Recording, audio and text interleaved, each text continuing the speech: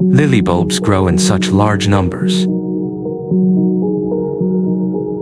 It's impossible to pick them all. You have to squeeze the bulbs out and move them to a spot near the wall, because I want to plant a few Asiatic lilies in front of them. The characteristics of these two varieties, aside from differences in height and blooming period, are pretty much the same. I originally planted 3 bulbs, but I only dug up 2. The mother bulb even lost a bud. I'm not sure where the other one ended up.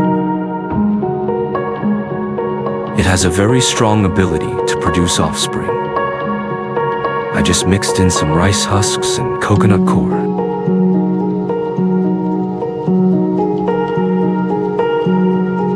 These small bulbs and the broken bud won't bloom this year. They're planted to grow stronger, so they'll bloom next year. These are the Asiatic lilies I just bought. They bloom a little earlier, so I placed them in the front to avoid shading each other. Leave some space between each bulb.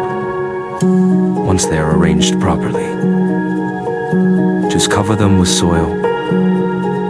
Remember, lilies must be planted deep, or they will easily topple over. Be careful not to bend their buds when covering them with soil, or they will grow in a crooked direction. After covering them with soil, water them thoroughly. Lilies need moisture during their sprouting stage. Keep the soil moist, and never let it dry out, or they won't sprout properly.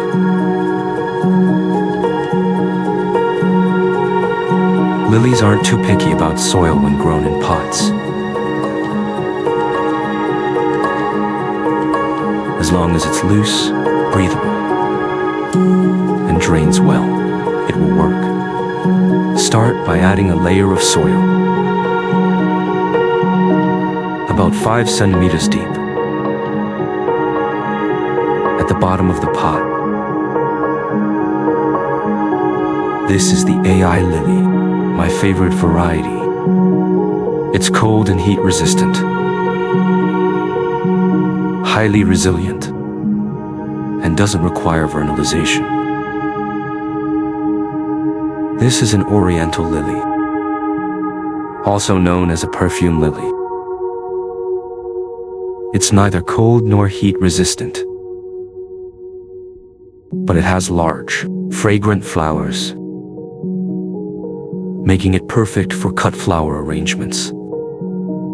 This is an Asiatic lily, a very short variety. It's both cold and heat resistant, with a short growth cycle of about 60 to 75 days.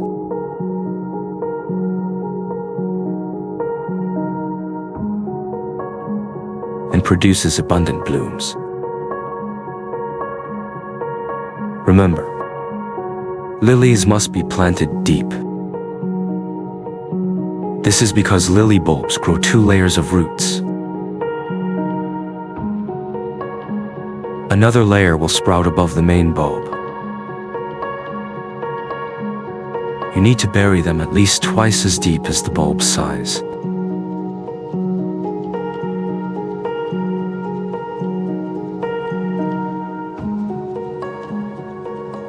Have you learned everything? Today's topic is roses. The timing of fertilization in early spring is very important for rose care. You should only use quick-release fertilizer after the rose has fully unfolded 2 or 3 leaves. Many flower enthusiasts may wonder, since we applied plenty of winter fertilizer last year, such as sheep manure, fish intestines, and slow-release fertilizers, do we still need to fertilize in spring? The answer is yes. The organic fertilizers applied in winter are long-acting fertilizers, which release nutrients slowly in the soil. By spring, when roses enter their rapid growth phase,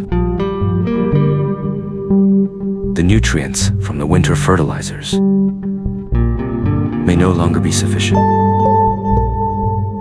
At this time, quick-release fertilizer is needed for supplementation. It's like feeding children. They need to eat every day, but spring is their golden period for growth. Roses also experience rapid growth in spring. Now my roses have already sprouted leaves, with 2 to 3 leaves fully opened. So it's time to add quick-release fertilizer. At this stage, we need to follow the principle of applying diluted fertilizer frequently.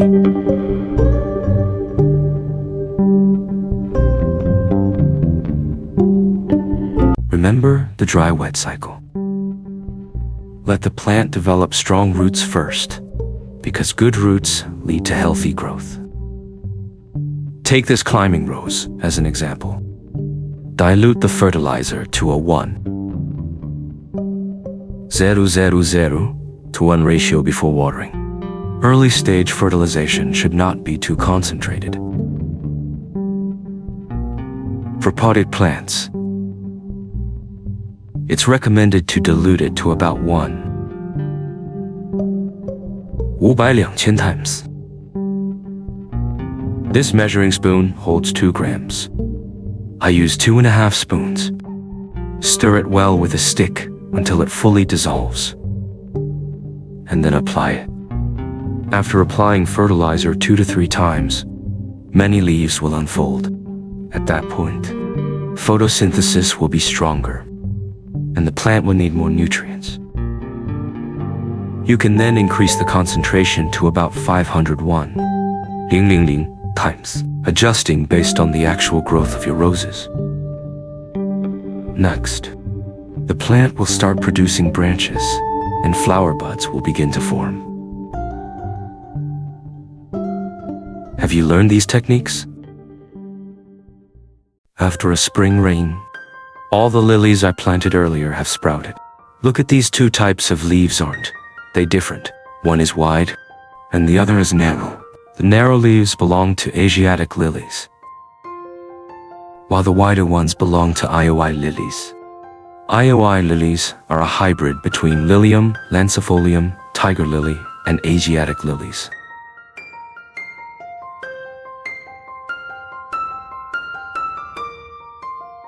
They can also be considered an improved version of Asiatic lilies,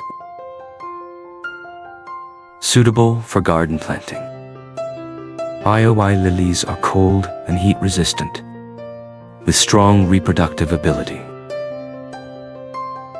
Their flowers are larger than regular Asiatic lilies, produce abundant blooms, and rebloom easily.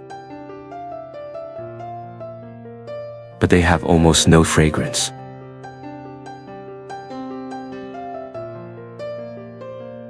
These 3 are Asiatic lily bulbs that I just received today. The bulbs are quite large.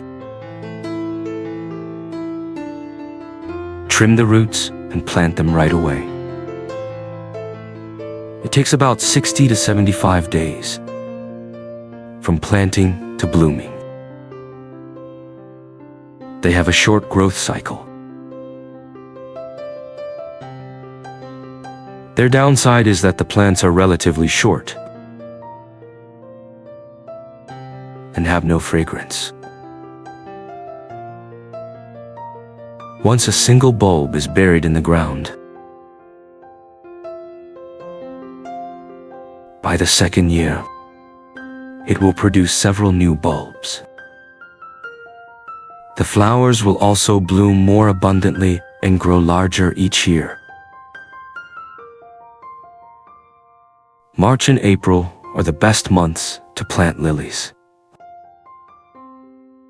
Remember these tips. Today, I'm introducing a hardy, drought-resistant, and rain-tolerant perennial echinacea, also known as coneflower. Look at the flower center. Doesn't it resemble a small pine cone? It thrives well in both full sun and partial sun. With around 4 hours of sunlight, it still performs well, though it produces slightly fewer blooms. Its heat resistance is excellent. As long as it has enough water, the high temperatures of summer have no effect on it. Not only can it withstand heat, but it also stands firm in heavy rain. Even after a downpour, it remains upright, unlike other flowers that appear droopy or wilted. Coneflowers are also cold-resistant. They can survive temperatures as low as 25 grados bajo cero, sprouting strong new shoots from the root base. It's not a plant that produces just one flower. Every leaf continues to sprout buds and bloom constantly, which shows just how abundant its flowering capacity is. Echinacea is incredibly tough and easy to grow. With a compact structure and lush foliage, it has high ornamental value. A single pot is enough to create a beautiful display. Whether grown in pots, as part of a garden border, or in flower beds and landscapes, it always delivers an outstanding visual effect. The planted chrysanthemums have grown this tall now. It's time to add more soil. This pot of autumn chrysanthemums is a tall-growing variety. Unlike summer chrysanthemums, which stay short without pinching, autumn chrysanthemums can grow quite tall. I also chose a relatively deep pot for propagation. The newly added soil contains nutrients, which help the seedlings grow and develop further. First, it provides more space and a better soil environment for new root growth. Second, increasing the soil depth helps regulate the growth state of the seedlings. Third, it stabilizes the plant, making the roots more secure and preventing the plant from toppling over. This also serves as a way to keep it compact. After adding soil, there's no need to fertilize. Once it grows taller, we'll need to do some pinching. Now it has grown even taller. Here is the last pinching point. Each branch has sprouted multiple new shoots. Originally, each stem would only produce a single flower or a small cluster. But after pinching, the flower count increases several times. The plant also won't grow into a single tall, thin stem after a few rounds of pinching. It forms a bushier structure. Now, let's apply some insecticide to prevent pests. My gardening principle is simple and straightforward. For all common pests, a single bottle of insecticide is enough. This variety grows too fast. It will likely need around 4 rounds of pinching before blooming. Different chrysanthemum varieties require different pinching frequencies. Slower growing varieties usually need about 2 to 3 rounds. Summer chrysanthemums don't need pinching at all. After growing chrysanthemums for years,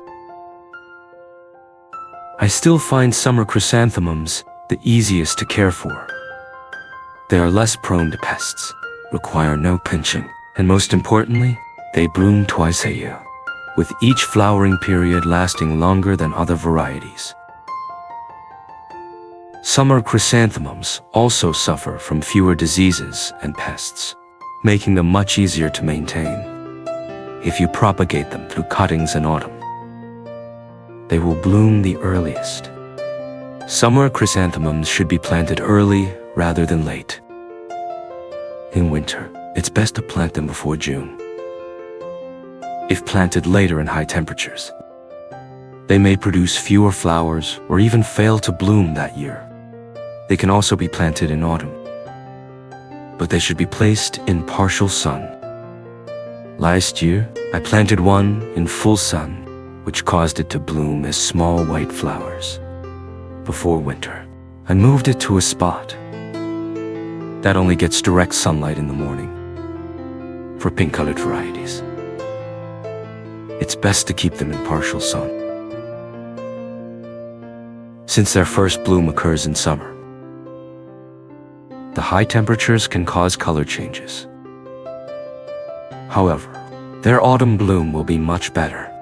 That said, don't place them in too much shade. Insufficient sunlight can lead to leggy growth, which affects flowering. One more tip: summer chrysanthemums are very drought resistant. During the growing season, it's best to water as little as possible. Wait until the leaves start to wilt slightly before watering. This helps prevent excessive stem growth, keeps the plant compact, and increases flower production. Have you learned all these tips?